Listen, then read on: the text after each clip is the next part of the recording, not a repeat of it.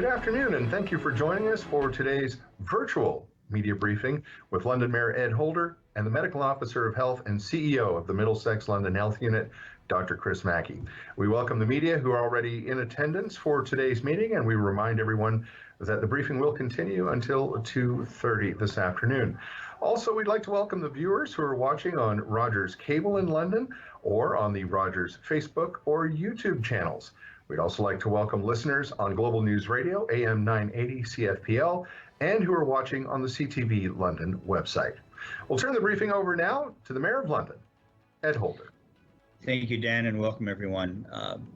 First, I'd like to begin by expressing sadness over the senseless and horrific shootings that we've all heard about in Nova Scotia. This is terribly tragic, and I speak on behalf of Council when I express our condolences and sympathies. Sometimes words don't say it, but I did place a call to Premier McNeil in Nova Scotia and to Mayor Christina Blair, who it was important that we express our sympathies to them. In support of that, the flag outside of City Hall, I've been asked that it be lowered in honor of those victims for the next 3 days. And in addition, in our recognition portion of our program at Council tomorrow, we're going to pay tribute to all those who were impacted, certainly those killed and those injured, the RCMP officer who was brutally shot down. Just sad times. So I know you'll take a moment, everyone, and just keep them in your thoughts and prayers.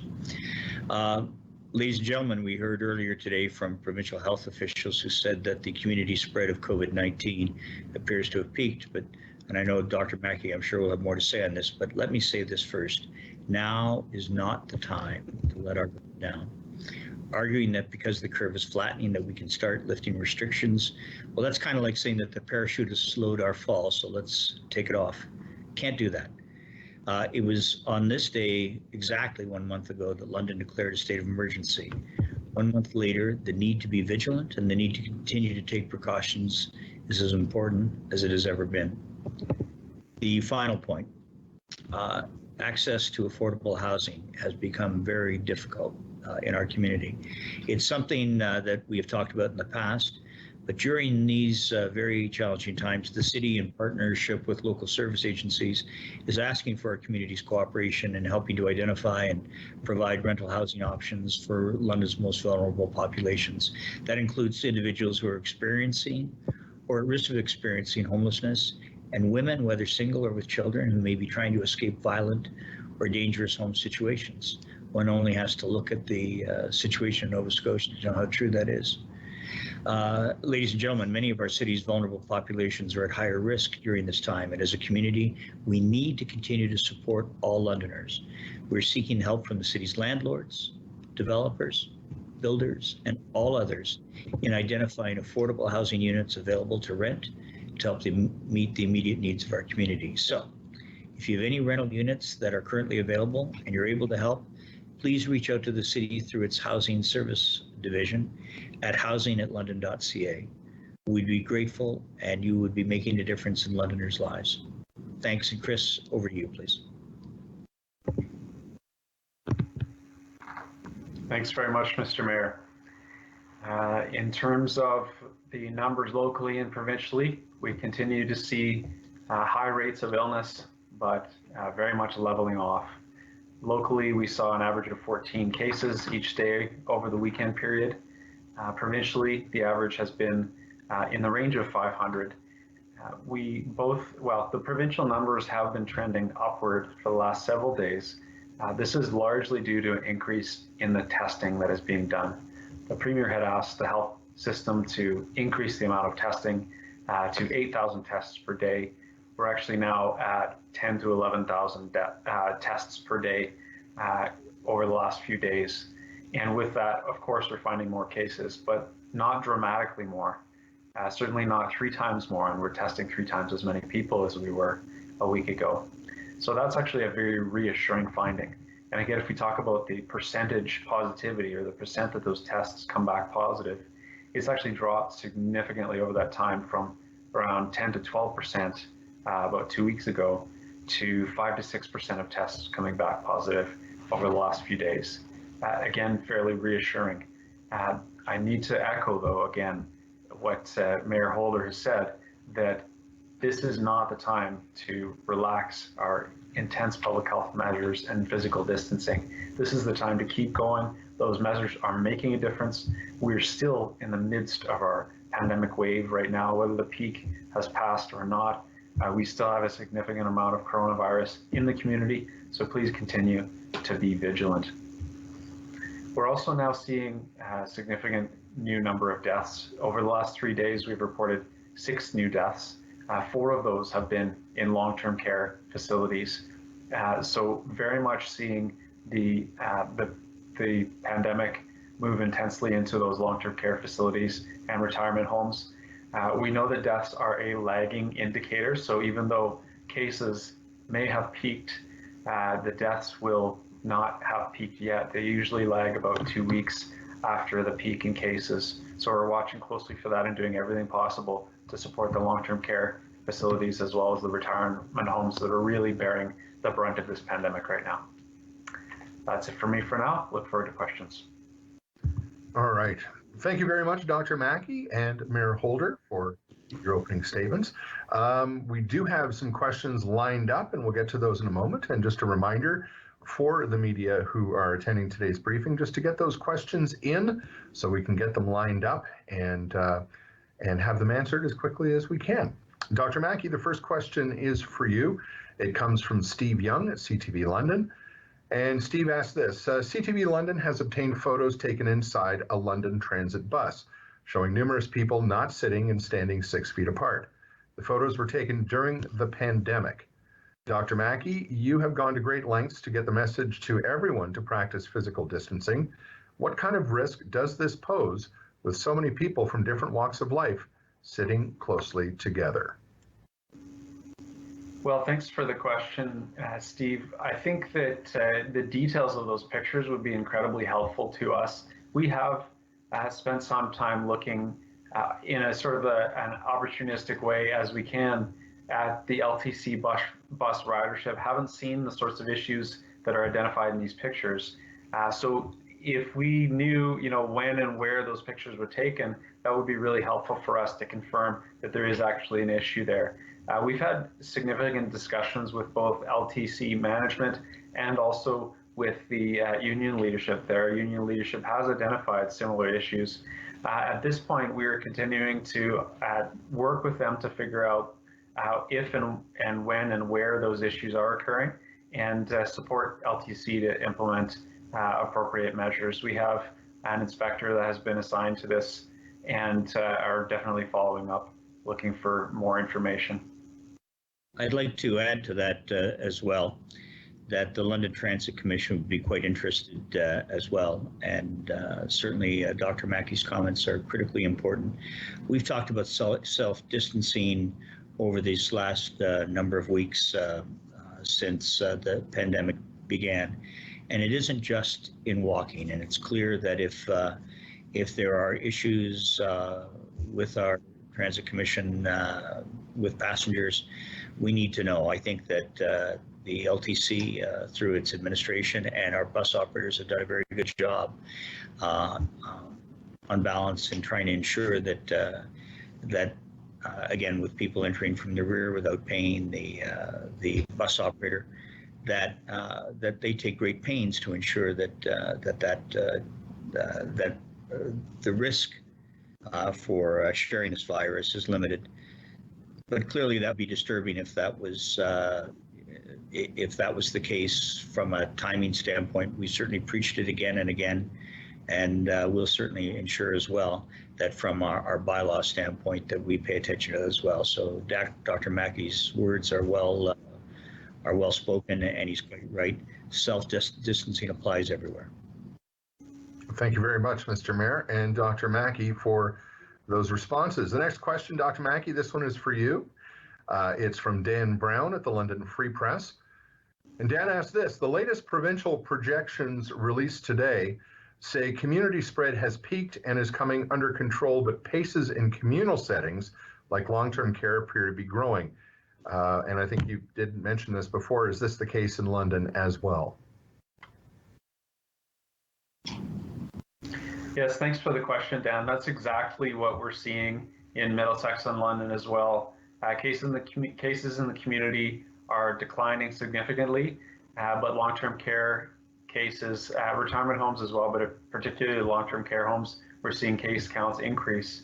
Again, of the last 6 deaths reported over the last 3 days, 4 of those 6 deaths were in long-term care homes in places where there are outbreaks. So that's really where the brunt of the pain is being felt right now, and where the system is really pivoting to support the people and staff working in those communal settings. All right, thank you very much, Dr. Mackie. A follow-up question from Dan Brown. Are you encouraged, Dr. Mackie, the fallout of the pandemic in Ontario and the region has been, in the case of ICU capacity, better than the best case scenario projections? Yeah, definitely. We're very happy to see that those quote best case scenario projections haven't even come to pass. And we're still much lower than the quote best case. I would point again to the limitations in modeling compared to looking at actual data from other places. You know, when you look at what happens elsewhere, you look at what this virus actually is doing, rather than the mathematical modeling, which is what could theoretically happen. And so, you know, the modeling that we did here in London, I basically used the Italian numbers and projected onto the Ontario and London population. And it was clear that we would never hit those rates of infection or mortality that were predicted in some of these models that were based primarily on mathematical formula. So it's encouraging that, you know, things are much more aligned with what we predicted from the empirical measurements rather than the guesswork of the modeling. Great, thank you very much, Dr. Mackie. The next question is from Grant Demi at MyFM Radio in Strathroy. And Dr. Mackie, this one is for you as well. Last week, at the request of the warden, the health unit reported COVID-19 numbers by municipalities and townships and not the county as a whole. Are these numbers something we can anticipate happening bi-weekly or weekly, or if not more? So the question is around numbers for municipalities in the county. Yes, we can certainly have those numbers come forward weekly if that's something that you would be interested in, Grant. And we have the warden coming likely either tomorrow or Wednesday to join us on this daily briefing. So we'll make sure that we've got those numbers for discussion then. All right, we have another one for you, Dr. Mackie. Sawyer Bogdan at AM 980 CFPL Global News Radio is asking about the outbreak at Grandwood Park last week. Do we have an update on that? Also, are there any deaths in Grandwood? And how is the situation going in long-term care and retirement homes in London in general? Are you now saying that we've hit the peak? Yes, so in terms of what's happened in Grandwood, there have been some staffing issues with people being off related to either being in contact with or testing positive. And the home has been supported from that perspective. Very happy with how the system's been able to rally around Grandwood. Unfortunate that it took that long to occur, but now we're very much working in partnership with hospitals, long-term care, etc. The other thing that we've been able to do in Grandwood is to test absolutely everyone in the facility, whether or not they have symptoms. And so that will be a great resource to have as we go forward with decision making around staffing, or even moving some of those patients if in the case that staffing levels are not able to keep up with the demand that is there.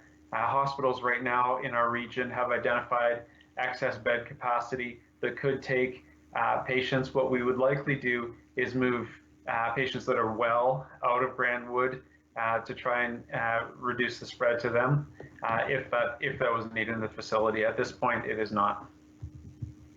Thank you very much for that answer, Dr. Mackie. Mr. Mayor, the next question is for you, and it comes from Dan Brown at the London Free Press. Dan's question is about the weekend. Can you tell us about enforcement on the weekend? How many fines were issued? Well, you recall that, Dan, that we first considered enforcement, and this would have been 3 weekends ago. We had some 30 charges that were laid. And what was interesting was that it was dramatically reduced after the first series of fines because people were getting the message. We said time and again that if we can't educate certain people, I guess we have to educate their bank book. But as of this weekend, there were 2 citations that were laid over the whole weekend. So that's promising to me that people are getting the message, and that's critically important. So I'd say that's optimistic. The weather wasn't the warmest. Today's an even better day. And again, because more people are home, we're still cautioning people about not using parks and playing on that equipment, not using basketball courts or skate bank parks as well, skateboard parks. If people notice that there are any potential abuses, we need to know that, because again, if enforcement's the only option, then we do that. But we still try to do this with education. But the email address is covidorderconcerns@london.ca. And if people want to report anything that they see untoward, they're certainly welcome to do that. But I was pleased with the response that only 2 charges were laid this weekend. I think that's promising, and it tells us that the message through this press conference that Dr. Mackie and I do every week, plus what we have been, the messaging that we've sent both from the medical officer of health and from the city, is getting through. And I look forward to the time when I can report back that there are 0 charges laid, but only 2 this weekend. All right. Thank you very much for that answer, Mr. Mayor. The next question is from Sophia Rodriguez at CBC Radio London. And Dr. Mackie, the question is for you. There's currently an outbreak at St. Joseph's Hospice in London. Do we know how that one started, and are new admissions being tested at this facility? Yes, so the outbreak at the hospice, the first identified case was in a patient there. There have not been a significant number of cases since then. It's a relatively small outbreak. The home has taken a number of steps to increase cleaning and infection control and make sure that their staff are able to use personal protective equipment. The hospitals are also testing patients prior to sending them to hospice as well. That's an enhanced protocol, not required at this point, but it is required for long-term care and retirement homes, and so it's being done for hospice as well. Yeah, very little spread person to person happening in the hospice, which is very reassuring. I should loop back and mention, in response to the previous question around Grandwood, I just wanted to confirm there have been no deaths there at Grandwood, fortunately. So, and actually a huge number, 11 of the cases are asymptomatic staff that were just identified through screening of staff, asymptomatic staff. So, you know, the numbers are significant there. Fortunately, the level of illness is not as high as the case count would suggest. All right. Thank you very much, Dr. Mackie. The next question is for both of you, and it comes again from Sawyer Bogdan at Global News Radio, AM 980 CFPL. Here's Sawyer's question. A part to getting the case count down is physical distancing, which could be hard for London's vulnerable population who does not have access to secure housing. Are we seeing an increase in cases for those without secure housing? Is that something that is being tracked? If it is tracked, what are the numbers and what is the needs to be done to stop the spread among London's vulnerable? Mr. Mayor, if you want to, or whichever of you would like to go first.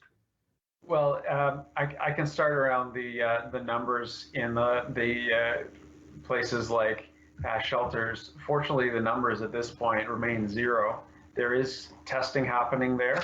There was an individual who at one point had been homeless who tested positive, but that individual is not in shelter at this point.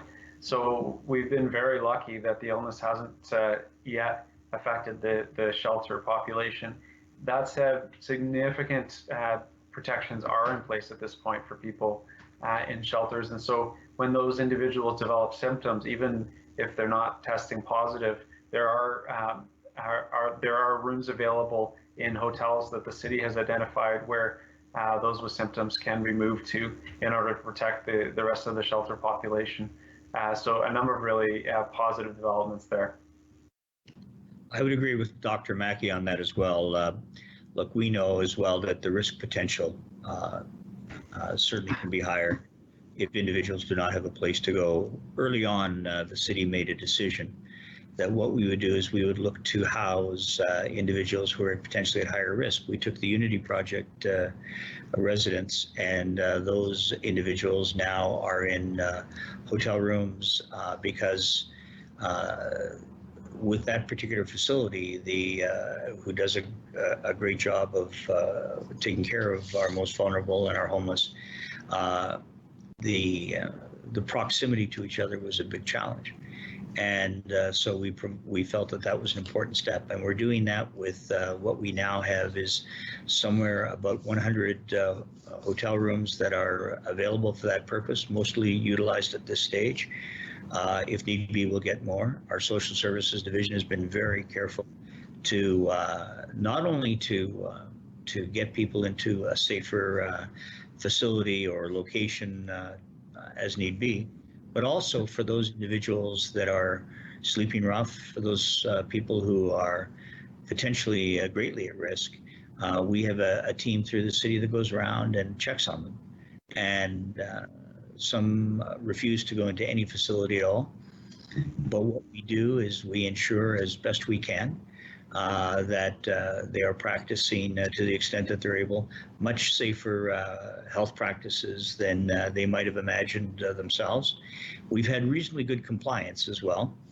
And the key here is to be vigilant. And so the regular access that our community informed response team has in looking out for these individuals, and we know where they are. We know where they tend to congregate, and or at least call their place, which is not really a place, is one that we inspect and we take great care to ensure that they're safe. We had a situation with the Salvation Army some weeks ago, not long ago, where there was a fire, and it displaced certain individuals for a short period of time.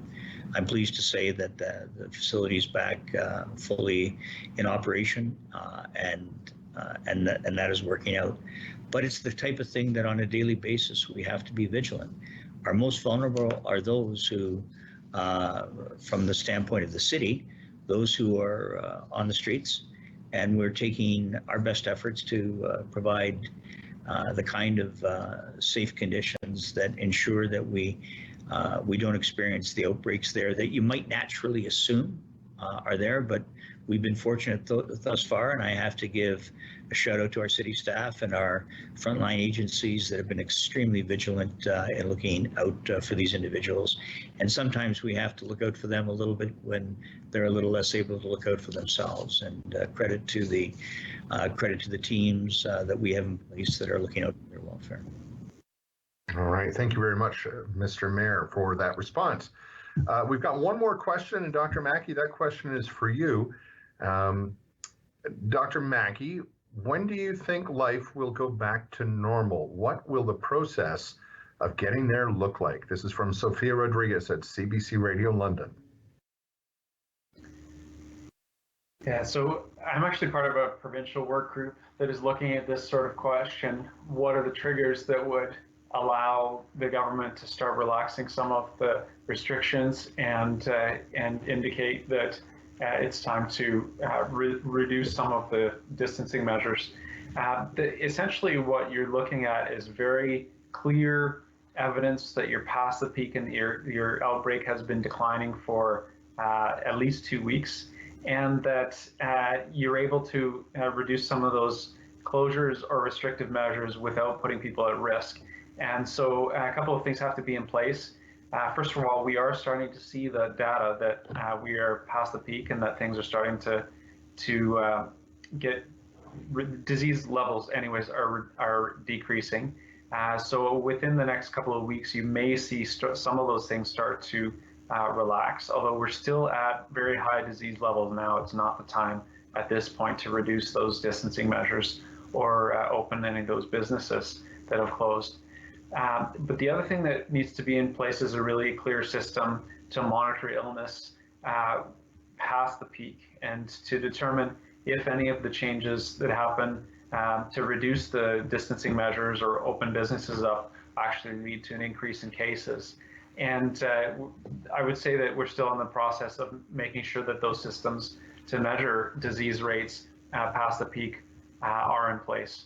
So again, it may be that over the next couple of weeks we start to see those restrictions lifted. Now is not the time, and it won't be back to normal certainly then, or I would say any time in the foreseeable future. Some of those distancing measures will likely continue on for some period beyond the pandemic wave, so months if not longer. And I'll just point back to historical experience. You'll also see a change in behavior on behalf of the public that actually might persist even longer than any of those directives or provincial orders remain in place. And that's really about reduced congregations, large gatherings. You will see people choosing to live their lives somewhat differently based on the experiences that we've all been through. I'd like to add to that, to what Dr. Mackie has indicated as well. I think that it's fair to say that we as Londoners and Canadians will have to get used to a new normal. And some of the things that Dr. Mackie indicated certainly will be, I think, paramount in terms of people's considerations of choices. When the mayor's task forces were created on economic impact and recovery, and I'll use that word again, and social impact and recovery, it was with the notion of trying to understand exactly what the current circumstances were from London's economy, as well as from the perspective of our most vulnerable. The other piece of it, what we're shifting now that we've come up with our first report with 32 recommendations in terms of what various levels of government can do, we're now shifting the discussion to still understand what the current impacts are, but to look to what, as an interim step, what the recovery process could look like.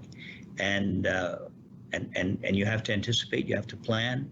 The city is doing that. We know the health unit is looking at that as well. We're working together on this.